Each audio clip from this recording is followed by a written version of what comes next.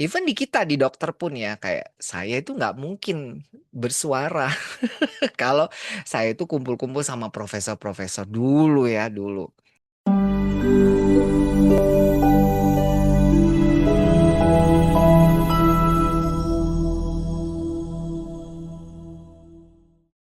Jadi saya bangun rumah sakit dulu di yang kedua waktu itu rumah sakitnya miliknya dokter-dokter yang dokter spesialis-spesialis dan ada profesornya.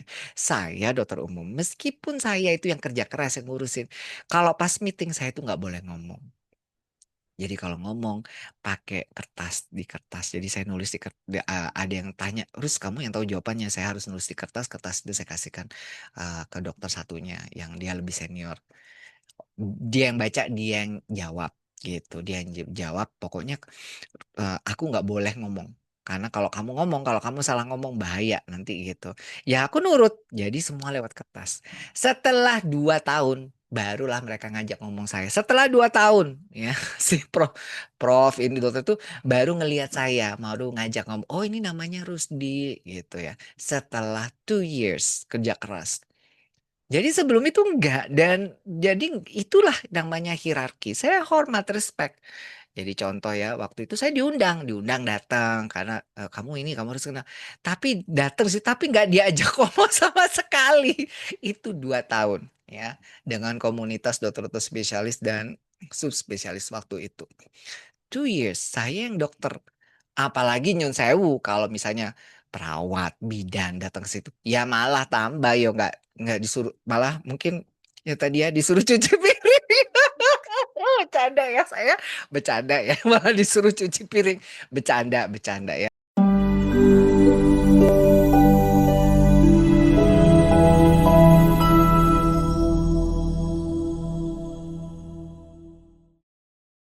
Nah, ini contohnya ya. Ini karena hierarki. Jadi event itu di luar kerjaan loh ya. Ini bukan di dalam rumah sakit, di luar, di luar. Jadi di luar di rumahnya siapa ya udah saya duduk diam. Jadi nggak ada yang sapa. Ini Rusdia atau yang kenal ini Rusdi. Ini nggak ada yang memperkenalkan diri saya pun nggak ada. Cuma saya selalu ada dalam kegiatan-kegiatan mereka itu selalu ada. Tetapi tidak diajak ngomong. Jadi kalau kalau itu saya cuma ketawa, oh ini, oh ini. Mereka ngomongin golf lah, mereka ngomongin tenis lah, mereka ngomongin dolar lah, mereka ngomongin baju-baju merek-merek mahal-mahal lah.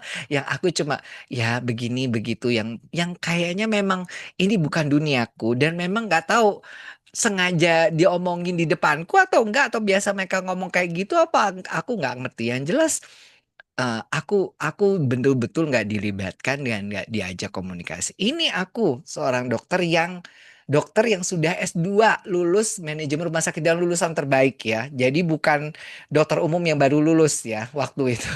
Jadi itu pun seperti itu. Nah, tapi saya mengerti dan akhirnya memahami bahwa sulit karena modelnya hierarki ini sampai ke bawah di luar kerjaan pun, di luar pun ya, di luar rumah sakit pun masih terbawa. Makanya kasus residen-residen yang kelas ini yang keset lah, baru keset tuh kayak yang untuk kaki itu, alas kaki sampai yang ini, itu karena kita pakai hierarki model. Versus team based model menyatukan para profesional dari berbagai disiplin ilmu. Ini kerjasama, menuju tujuan bersama, mengintegrasikan keahlian satu sama lain ke dalam satu rencana perawatan kolaboratif. Apa namanya rawatan patient center care itu arahnya team based model atau hierarki yang flat namanya flat hierarki bukan hierarki yang piramida gini tapi flat ya flat tuh datar. Hierarki yang datar atau team based model. Tapi untuk bisa melakukan team based model bukan tanpa tantangan. Waktu terbatas. Ya susah untuk ngumpulin banyak orang diskusi kerjasama. Ya, dan kemudian ya beban kerja yang berat ya sibuk masing-masing. Dokternya sibuk, perawatnya sibuk, ya apotekernya sibuk, ininya sibuk, phlebotomisnya sibuk. Jadi nggak ada waktu untuk diskusi yang sama-sama bareng. Jadi sulit. Nah, kalau misalnya di rumah sakit mau menginisiasi waktu-waktu di mana dokter spesialis, dokter umum ketemu dalam satu forum diskusi, misalnya seminggu berapa kali, ya untuk diskusin pasien-pasien yang dikerjakan gitu ya. Namanya itu ronde, ronde entah itu ronde keperawatan atau ronde yang keseluruhan dengan tim. Nah, ini sulit karena keterbatasan waktu ya harus diakui beban kerja yang berat juga ya. Belum satu dokter bisa kerja tiga rumah sakit ya. Kemudian definisi peran yang nggak jelas. Nah, karena peran yang nggak jelas, hanya peran yang dominan itu diambil oleh siapa? Dokternya. Karena perawatnya juga nggak ngerti peranku apa. Ya, jadi karena perannya nggak jelas apa, jadi juga sebenarnya tanggung jawabnya apa di level bagaimana. Seperti contohnya gini, dok kalau peran saya dirawat inap cuma ukur TTV aja. Ya sudah kalau situ aja ya dokternya udah ngerti itu nggak ada peran tambahan value ya. Ibaratnya oh berarti lu nolongin gue untuk kasih tahu tanda-tanda vital selesai that's it. Jadi lu ngasistenin gue kalau ada apa-apa perburukan lu lapor gue. Nah itu kan peran-peran yang kita pahami dari dulu. Tapi kalau kolaborasi perannya itu kalian bersuara concern juga dengan masalah pasien yang dalam kaitannya dengan asuhan keperawatan kalian.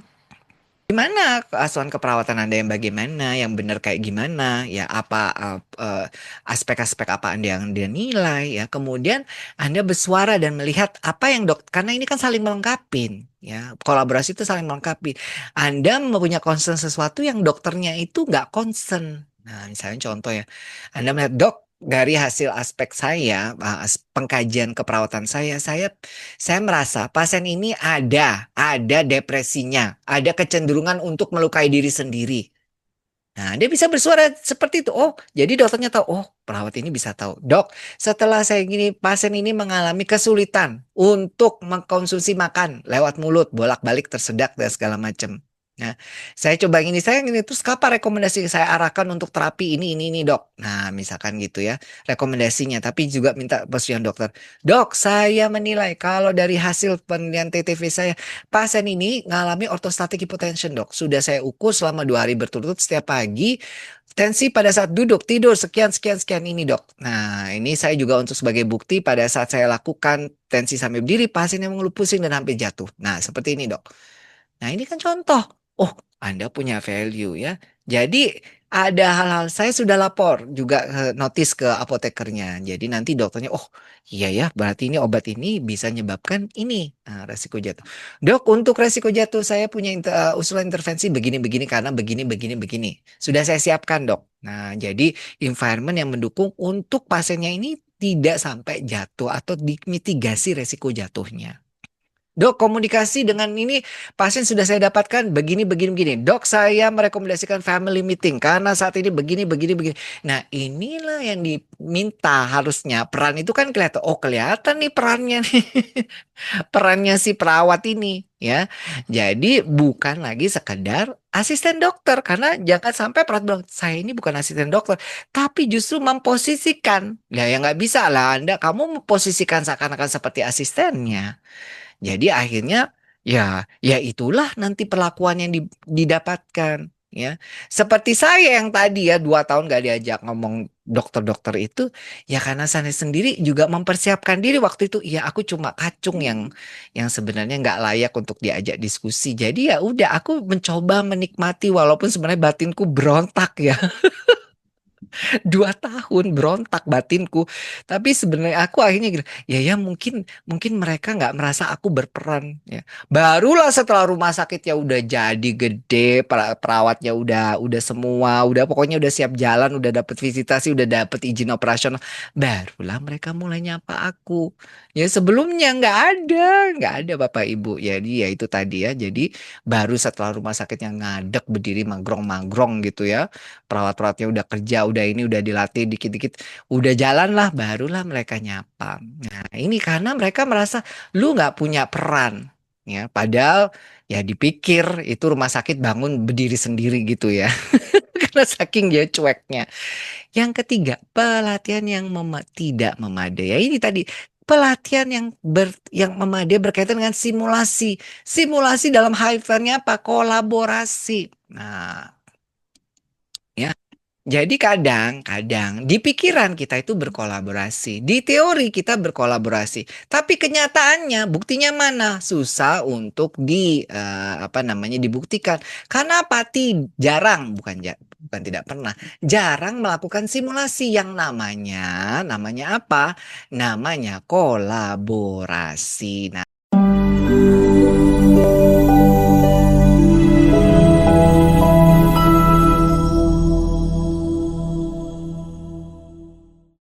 namanya perlu kalau total AV block itu misalkan bradikadi ya. Kalau misalnya dokter umum UGD-nya itu paham. PALS misalnya pediatric advanced life support ya. Kemudian juga dokter penyakit dalamnya dokter anak misalkan. Kemudian dokter jantung juga mengajarkan pediatric life support misalkan. Karena itu perlu kerjasama tim ya. Jadi itu bisa diberikan terapi sesuai dengan algoritma kegawatan untuk masalah itu. Contohnya kayak gitu ya.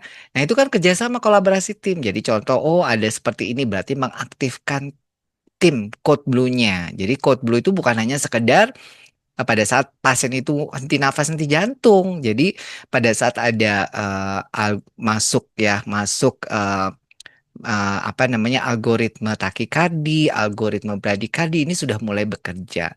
Nah, untuk bisa begitu itu perlu simulasi. Jadi simulasi, walaupun nggak ada pasien tuh kita melakukan simulasi. Nah, simulasi kalau misalnya ada takikardi, ada ada PVC misalnya, ada misalnya nadinya 150, bagaimana? Orangnya masih masih napas, masih ini, masih tanda-tanda vitalnya cuma nadinya cepat gitu ya. Tapi orangnya masih nafas, masih masih sadar. Bisa tapi sebentar lagi bisa rest ya. Nah, tapi kan Anda udah ngaktifkan tuh bagaimana tim Anda bergerak. Siapa yang punya peran ini, siapa yang punya peran ini, kemudian berkolaborasi, siapa yang ngurusin RW, siapa yang bagian CPR, siapa yang bagian medication, siapa yang bagian kemudian defibrilatornya yang paham. Nah, itu contoh bentuk kolaborasi yang real. Yang mana itu kadang-kadang nggak cuma di pikiran, ya, tapi di mana? Di real, di nyata. Tapi untuk bisa real nyata supaya smooth, ya, maka perlu disimulasikan. Makanya perlu ada namanya pelatihan, pendampingan, pelatihan. Nah, ini yang jadi tantangan. Kalau tidak dilakukan, ya akan jadi sulit. Hierarki profesional menghambat dialog terbuka. Ya, kepercayaan antara perawat, dokter, dan tenaga profesional terkait. Nah, karena hierarki profesional ya itu tadi ya, kayak contoh tadi saya, boleh ngomong terus ya udah bener saya nurut, gak boleh ngomong, jangan sampai aku gak nurut, hentikan semua ini gitu ya. Misalnya aku di depan dokter-dokter spesialis, pokoknya saya harus bicara ya, gue bakal ya mungkin di depan aku mereka diam, beserta itu di belakang aku nggak akan diajak meeting lagi gitu ya. Inilah tadi menghambat dialognya. Jadi bahkan juga aku juga memperlakukan yang sama. Misal ya gara-gara aku dulu perlakuannya seperti itu. Jadi kalau misalnya aku ketemu orang-orang penting ya, yang misalnya itu, ya pesan-pesan kita, udah ya kamu nggak usah banyak ngomong, pokoknya kamu dengar, ikut aturan dulu. Kita belajar dulu. Kita nggak usah berpendapat. Nah, jadi daripada mereka nanti berubah gini gitu, akhirnya kita juga ngajarin begitu karena dulu diperlakukan seperti itu. Bukan karena kita nggak suka, karena kita ya ini tadi budaya kita belum siap.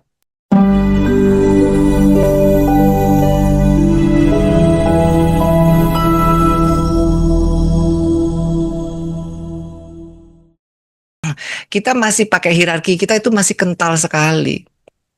Ya contoh ya, saya pernah diundang bupati saya sebagai direktur rumah sakit waktu COVID-19. Saya pikir saya diundang itu untuk didengar, bukan saya diundang itu ternyata untuk mendengarkan dan supaya kamu iyo, apapun yang dikatakan itu iyo. Supaya secara anggaran ini itu segala macam sudah tertulis, sudah benar, ini ada buktinya, direkturnya udah datang dan tanda tangan. Akhirnya segala apa? Jadi kamu nggak punya pendapat, kamu cuma kita butuh tanda tanganmu, kamu hadir supaya ini anggaran turun dan segala macam. Misalkan begitu, ya udah that's it. Kalau saya sampai bersuara ya bubar bisa kemana-mana. Nah inilah contohnya hierarkical. ya.